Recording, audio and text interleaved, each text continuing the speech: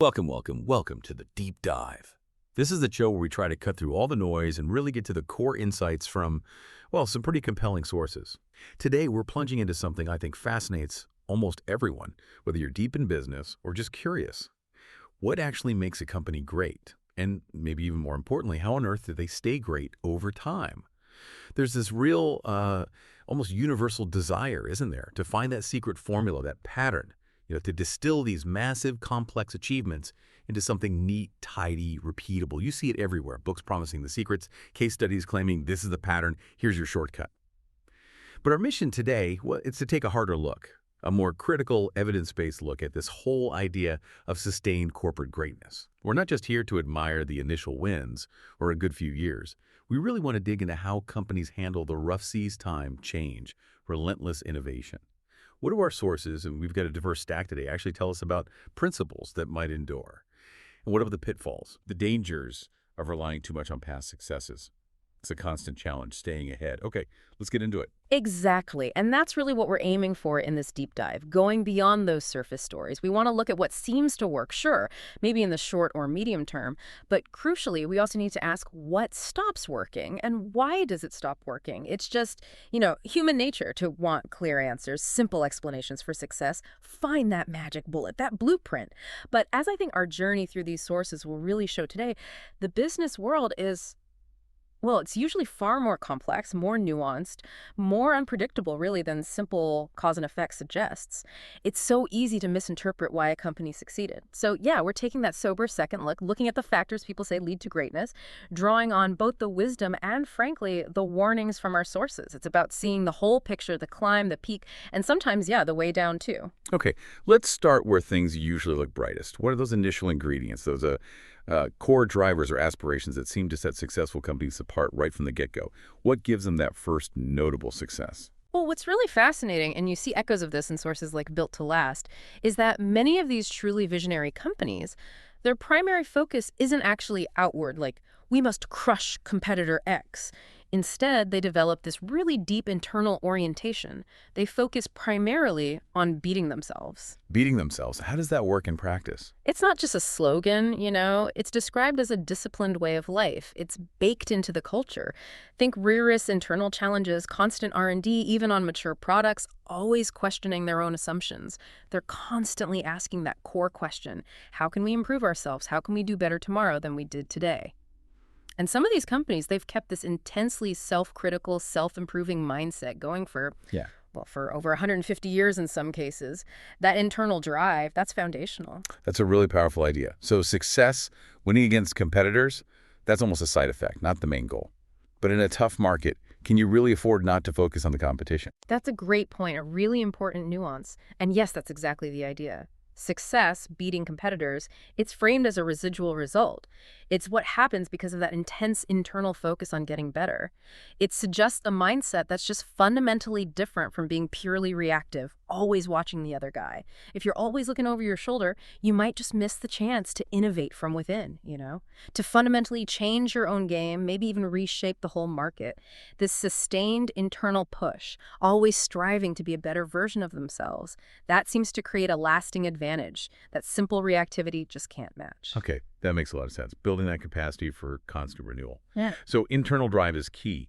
But how do they do it? How do they actually achieve that improvement, carve out their space? Is it always about some revolutionary tech? Not necessarily, no. And this is where other sources, like blitzscaling, really hammer home the importance of business model innovation. You see a lot of startups, for example, they get hyper-focused on the tech, the software, the product itself, and they sometimes neglect to ever really figure out the business. Like, how do we actually make money? How do we acquire customers effectively? How do we serve them in a way that keeps them? Right, the mechanics of the business, not just the shiny object. Exact. Think about Google. Obviously, brilliant search algorithms were essential, right? Foundational. But what really catapulted them, it was their innovations to the search engine business model. Specifically, that decision to factor in relevance and performance for ads, not just selling space to the highest bidder. Ah, yes, AdWords. That was a total game changer. A complete game changer. It shifted the value proposition for everyone. Advertisers got better results, users got more relevant ads, competitors really struggled to copy that effectively. It shows that the tech alone isn't always the whole story. It highlights that critical point. The tech is often necessary, but maybe not sufficient. It's the system around the tech. What are some common blind spots there? And AWS, Amazon Web Services, that fits this pattern too, doesn't it? Even within Amazon. Oh, absolutely. AWS is a perfect example. A common blind spot is failing to see the whole ecosystem. AWS isn't just storage and compute power. Its real genius lies partly in leveraging things like indirect network effects and compatibility and standards. Indirect network effects. Explain that a bit more. Sure. It just means the more people use the platform, in this case, developers building on AWS, the more valuable it becomes for other users, like companies needing those applications or services. It creates this powerful, self-reinforcing loop. The bigger the ecosystem gets, the stickier it is, the harder it is for anyone else to compete. And Amazon was incredibly smart about how they rolled it out, too. They chose to lead with its simplest product, S3, the simple storage service, get people hooked on that easy win. Then they expanded into more complex offerings, that strategic, layered approach. That's brilliant business model innovation combined with really savvy market entry. It built an entirely new, dominant space. So it's not just about competing better, it's sometimes about creating a whole new game. Is this where the idea of blue oceans comes in? Exactly. This leads us right into blue ocean strategy. Creating these blue oceans, these new uncontested market spaces where competition is basically irrelevant, is described as a key catalyst for boosting growth and profits across an industry. It's presented as a really pivotal determinant for driving a company's profitable growth. And what's really interesting, kind of counterintuitive, is that it busts the myth that only agile startups can do this. Right. You'd think the big established players would be too stuck in their ways. You would, but the source argues most blue oceans are created from within, not beyond, red oceans of existing boundaries. So established companies, already fighting in those bloody red oceans of competition, are often the ones creating these new blue oceans. And the key feature isn't always some radical new tech, it's value innovation. That means innovation tied directly to what buyers actually value in a new way. That's what generates the strong, profitable growth and really builds the brand name, because you're offering something genuinely different and desired, not just a slightly improved version of the same old thing. Understanding what customers truly value seems absolutely critical then, maybe even more than the product specs or the business model itself. How do the best companies really listen and respond effectively, go beyond just, having a decent product? This is where being truly customer-centric becomes, well, non-negotiable if you want to last. Marketing myopia offers this classic, almost prophetic warning. Companies often get incredibly vulnerable to dramatic innovations from outside our industries, often from smaller, newer players who are laser-focused on customer needs, not just the current products. Like the railroad companies defining themselves as being in the railroad business, not the transportation business. Precisely. That's the classic example. Focusing too much on mass production, for instance, can subtly shift the emphasis to the company's needs, efficiency, scale, product specs over the evolving needs of the customer. Think about the oil industry example given. It let others steal marvelous opportunities. Natural gas, missile fuels, jet engine lubricants, because it saw itself narrowly as being in the oil business. It stayed vulnerable to extraordinary new developments in fuel systems for cars because it wasn't thinking about the customer's underlying need. Energy, transportation, they were selling oil, but customers needed something broader. So you have to see past your current offering to the deeper need it fulfills. Okay, so how do companies build the kind of deep, responsive relationship, one that's more than just transactions? It really requires a fundamental shift, both in mindset and often in how technology is used. Companies that truly want to give customers exactly what they want, maybe even individually, have to use tech to become mass customizers or one-to-one marketers. They need to build what our sources call learning relationships. Learning relationships, meaning they get smarter over time. Exactly. They're not static. The more the customer and company interact, the smarter the relationship gets, the more value it provides. Imagine, Bandag planning to put computer chips in retreaded tires. That's not just selling rubber. It's about gathering data to tell a trucking company the optimal time to retread each specific tire. Think about the savings in downtime. Fuel efficiency. That's a totally different level of service. It is. Or Walden Books giving a discount to preferred readers who identify themselves. It seems simple, right? But it lets them track purchases and then proactively tell you about a new book by your favorite author or a local signing. That data-driven, proactive help builds a much deeper, stickier connection. It's that essential shift from product out, here's what we make, to customer and how can we keep serving your evolving needs. That's just crucial for staying relevant long term. Okay, so we've got this picture. Strong internal drive, smart business model innovation, maybe creating blue oceans, deep customer focus. Sounds like a recipe for success, right? But here's the twist. If it were that simple, wouldn't every company just follow the steps and become great? The reality, as our sources make painfully clear, is much trickier. The very things that make a company successful can, weirdly, lead to its downfall. Let's unpack that. Why do even these apparently great companies, the ones with strong foundations, sometimes stumble or even disappear? This brings us straight to a really critical, almost unavoidable concept in business dynamics. The innovator's dilemma, articulated so brilliantly by Clayton Christensen. It's a paradox that explains why leading firms, seemingly untouchable ones, can just collapse from their leadership positions. The core problem often pops up when technologists were able to provide rates of performance improvement that have exceeded the rates of performance improvement that the market has needed or was able to absorb. Performance oversupply, meaning they get too good at making their existing products better. Pretty much, yes. The products become good enough, maybe even more than good enough, for the bulk of their mainstream customers. And that creates an opening, an opportunity for disruptive technology to emerge and subsequently to invade established markets from below. So doing exactly what made them successful, listening to top customers, improving core products for higher margins, that becomes the trap. It's kind of like flying too close to the sun of perfecting what you do best, isn't it? That's a perfect analogy. It really is, because the dilemma for these successful companies is brutal. The highest performing companies have well-developed systems for killing ideas that their customers don't want. It makes perfect sense, right? They're rational, customer-focused, profit-driven. But this makes it very difficult to invest adequate resources in disruptive technologies, which are often lower margin, maybe seem technologically inferior at first, and their best customers explicitly don't want them. Until suddenly, those customers do want them. And by then, it is too late. Can you give an example of that performance oversupply in action? Sure, think about, say, laptops a few years ago.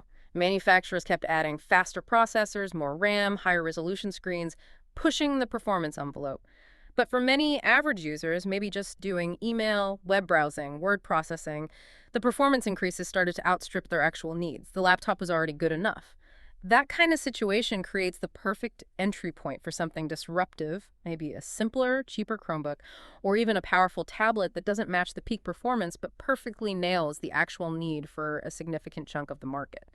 The established players focused on their high-end, high-margin customers can easily miss that shift until the disruptor has gained a real foothold. That's a really clear illustration. It's scary how success can breed complacency. And we saw this play out dramatically with the mini computer giants, right? They were kings, then they just missed the boat on PCs. Completely missed it. Think about companies like DEC, Wang, huge respected leaders in mini computers. But none of the makers of mini computers became a significant factor in the desktop personal computer market. Why? Because they were busy listening to their existing mini computer customers, improving those systems. The early PCs, they were seen as toys, lower performance, lower margins, appealing to a totally different, less demanding customer base initially, hobbyists, small businesses.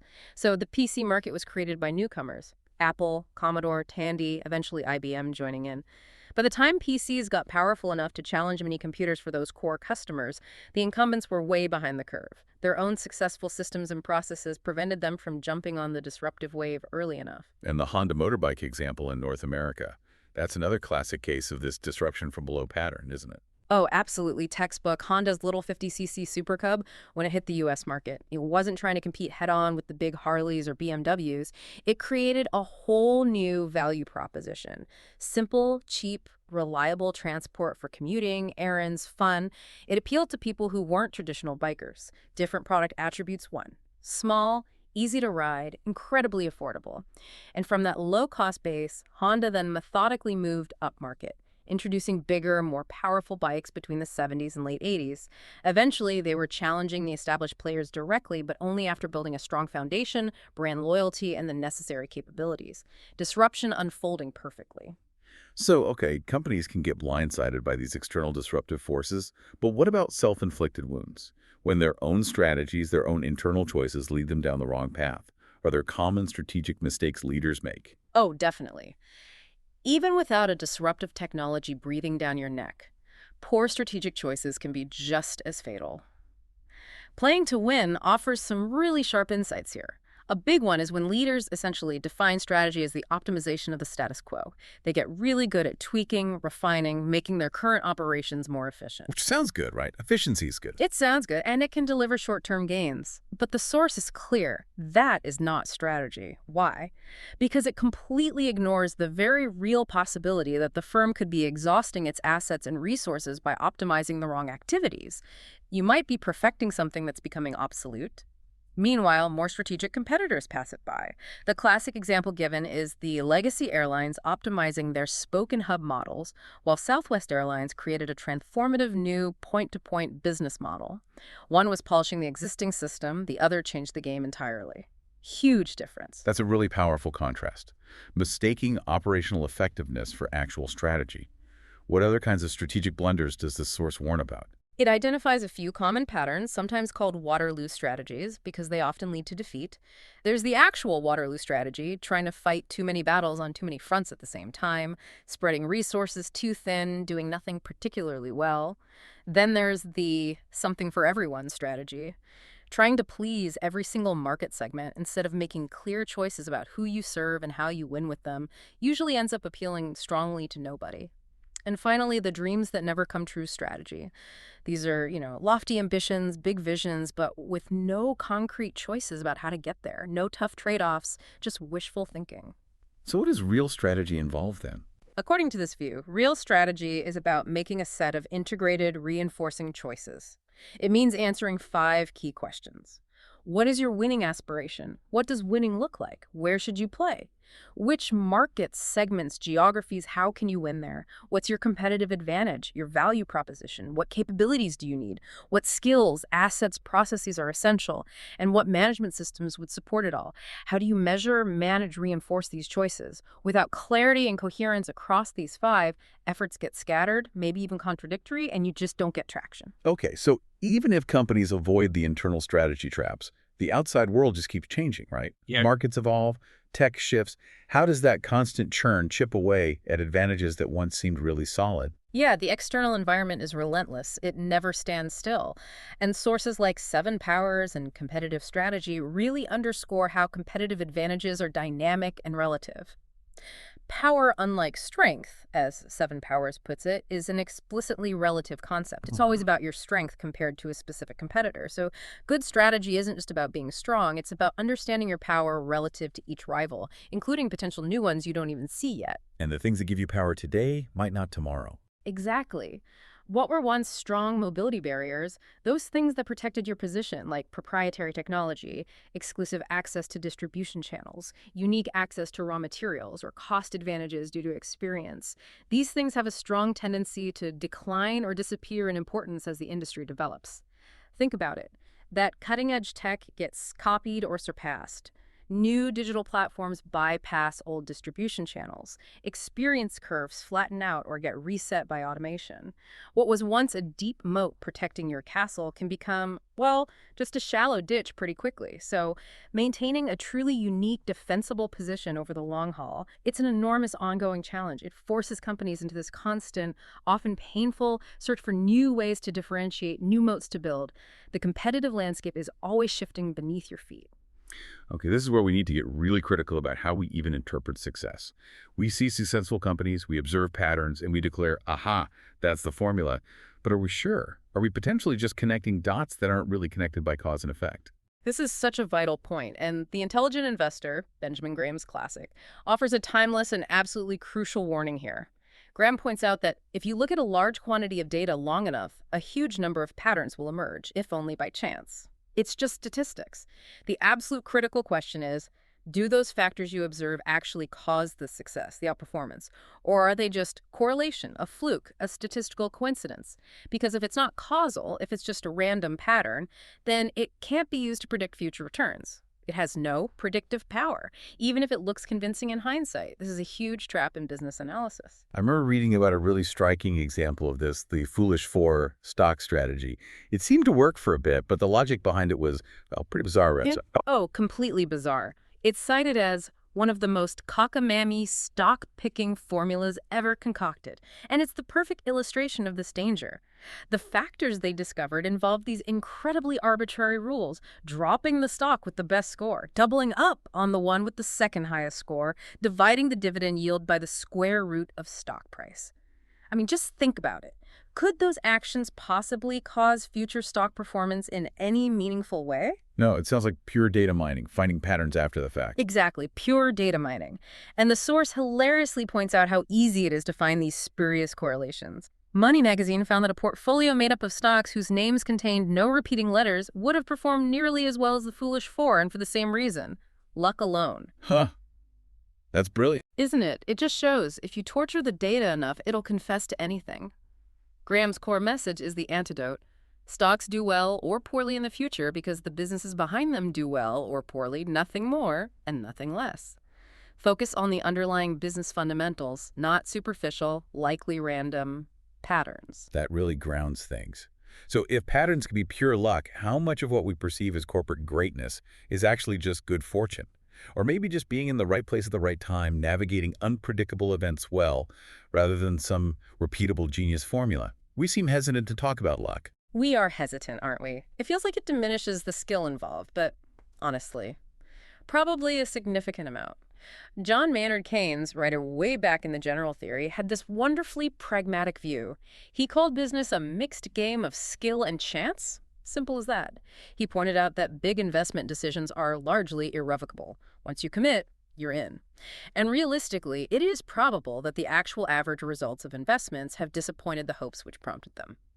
That's a sobering dose of reality about forecasting.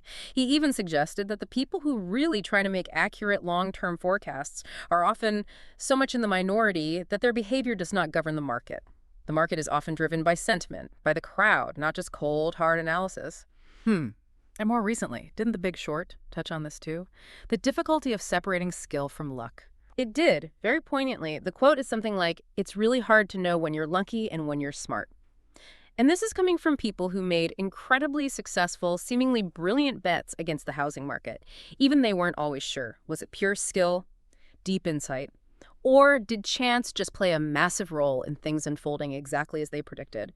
It suggests that even with the absolute best strategy and analysis, there's always this irreducible element of uncertainty, of randomness, and that makes looking back and saying, this is why they succeeded, incredibly problematic if you ignore the role luck might have played. That human fallibility, the limits of our knowledge. Yeah. It's fascinating. So beyond external luck, what about the traps inside our own heads, the cognitive biases? How do leaders' own ways of thinking trip them up when trying to understand success, their own or others? Oh, hugely important. We all operate with these internal mental models, and leaders are just as susceptible. Red Ocean Traps talks about how these ingrained assumptions and theories about the way the world works can just consistently undermine their efforts, even when they're genuinely trying to innovate or create new markets.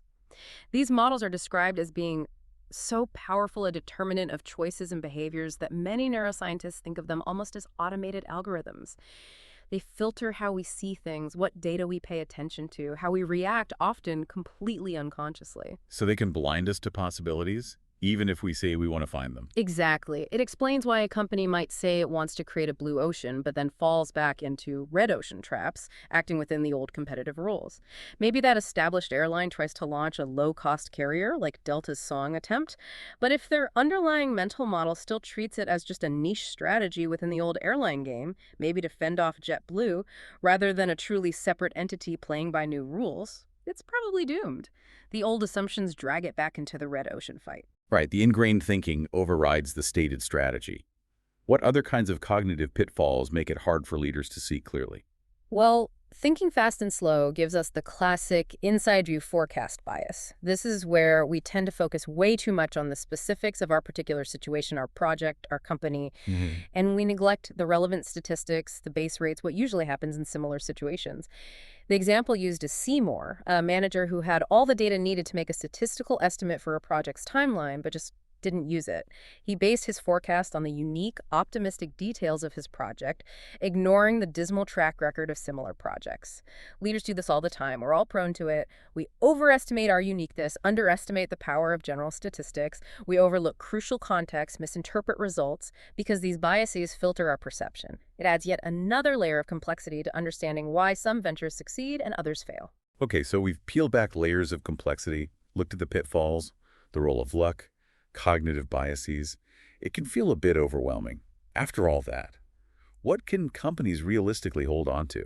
Are there any principles that seem genuinely robust that maybe transcend the randomness and the changing times? What's the bedrock? It really seems to circle back to a couple of core things. Yeah. That powerful internal locus of control we talked about earlier, and critically, really adaptive leadership. Remember, built to last. That core idea. Visionary companies focus primarily on beating themselves. That implies this continuous self-generated evolution, not just reacting, but proactively improving, challenging themselves from within. Building that muscle for constant renewal seems vital. So always be your own toughest competitor. In a sense, yes. And alongside that internal engine, you need leadership that can actually steer it effectively through changing conditions. Leadership that gets results makes a strong case here. It says, pretty directly, the more styles a leader exhibits, the better. The best leaders aren't one-trick ponies. They switch flexibly among the leadership styles as the circumstances dictate. They master multiple approaches, maybe authoritative when needed, democratic, affiliative, coaching, adapting to the situation and the people involved. And this isn't just nice to have leadership theory. It has real impact. Oh, absolutely measurable impact. The source cites that Wachovia Bank study. Employees in a specific program led by managers who demonstrated this kind of stylistic flexibility. They outperformed the controls on a series of financial metrics. And beyond the numbers, they also reported substantial improvements in their customer relationships, their engagement with work, and their personal satisfaction. So, a leader's ability to adapt their style. It demonstrably affects the climate, morale, customer outcomes, and the bottom line. It's a crucial capability for navigating complexity. That's really compelling. Leadership agility as a core competence. But as companies get bigger, they often get slower, more bureaucratic. They lose that initial spark, that connection. How can they fight that gravitational pull? How do you scale without losing your soul, essentially? Yeah, that's the classic scaling dilemma, isn't it? And Sam Walton, founder of Walmart, offered a fascinating kind of counterintuitive principle in his book, Made in America. His idea was thinking small, even as Walmart became absolutely enormous. He literally said, the bigger Walmart gets, the more essential it is that we think small. Because that's exactly how we've become a huge corporation, by not acting like one. Thinking small while being huge. How does that actually work? For Walton, it meant constantly remembering the fundamentals. That success was built one day at a time, one store at a time. It was about the hard work, good attitude, and teamwork of the frontline associates and managers. He hammered home the importance of maintaining those basic human connections. Things like looking a customer in the eye and greeting him or her and asking politely if we can be of help. He insisted that was just as vital in a giant supercenter as it was in his original small Ben Franklin store. It's a philosophy aimed squarely at fighting bureaucracy, detachment, losing touch with the customer. Keep decision-making close to the front lines, empower employees, stay relentlessly focused on that individual customer experience no matter how big you get. Try to keep that small business spirit alive. So internal drive, adaptive leadership, thinking small. What about the ultimate anchor?